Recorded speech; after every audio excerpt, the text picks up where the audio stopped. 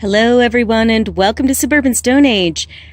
Today I wanted to make a very quick introductory video about food you may already have in your pantry or have from the store or in your refrigerator that you can plant in your garden that you may not even realize.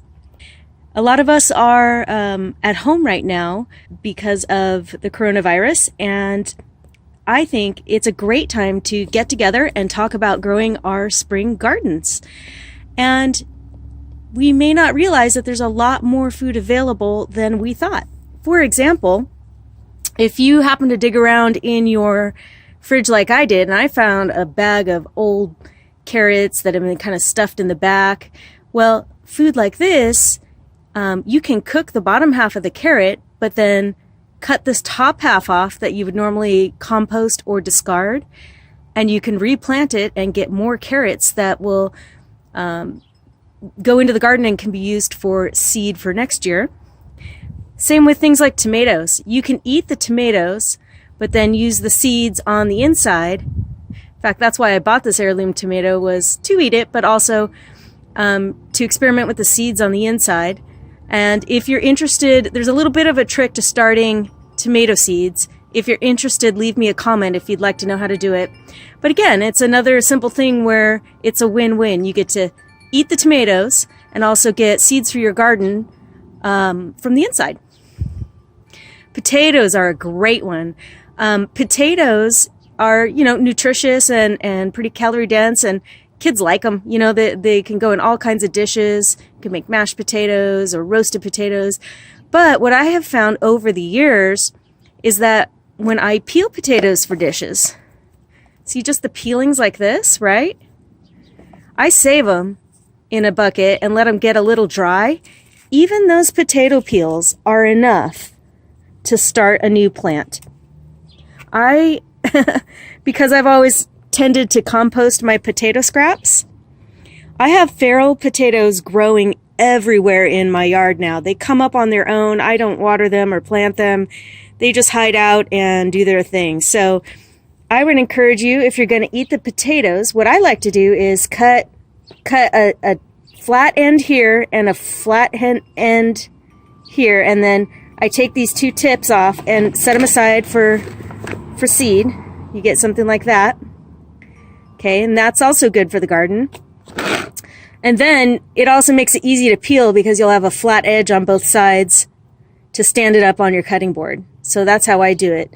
So I get something to eat, I get two ends to plant, and then I get the peels, which can also sprout. It may not be have quite as high a success rate as a little bit thicker end that has an eye on it. See these little buds here? That's called an eye, and that's where the future potato plant will sprout from. But, look how many you have, so you offset that by numbers. So that's a great way to use your scraps to start your spring garden. Dried beans. I've experimented in the past with dried beans just straight from the grocery store, and they work. You soak them overnight I like to use non-chlorinated water if you can get it. If you can't, just do what you can. But soak them overnight until they start to get soft and you can see them, soften up a little bit, and then plant them in your garden. And again, depending on how old they are, they might not all sprout, but even just a few is enough to get you going. And I've had success with that. On a similar vein, we have things like shallots. See? You can split the bulb and plant that in the ground, so you can eat one, split it, plant the other one. And this is coriander, which is really seeds. It's a spice. It's sold as a spice, but it's the seeds of cilantro. And you can get this pack with 79 cents.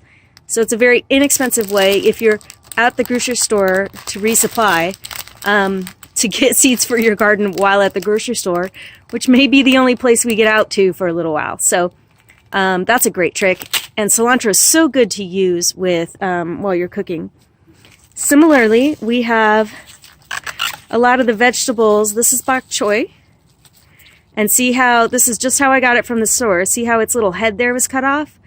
You can peel the leaves and eat those, but then just plant that crown into the ground. That's why the cabbage and the pak choi are actually sitting in water, because I'm encouraging that little head to send roots back out and keep growing. So that way I can eat some and have some for later. So that's the concept. Keep your eyes open now that you look at food in a different way. And I don't know about you guys, but I'm doing a lot more cooking, as you can see from the garden, which I love. So if you also are interested in tips on how to cook from your garden, I'm happy to show you what I've learned over the years. But keep your eyes open. Sometimes when we really look at it, we can use food in a lot more ways than we originally thought. And you may have access, you know, if you didn't get your seeds on time, or you are interested in gardening for the first time, you may already have a lot of what you need to get a little something going in the ground. So thanks again for watching. Please subscribe if you have any questions. Give me a thumbs up if you like the video, and leave me a comment. I would love to discuss gardening ideas. And be well. We'll talk soon. Thanks, everyone. Bye-bye.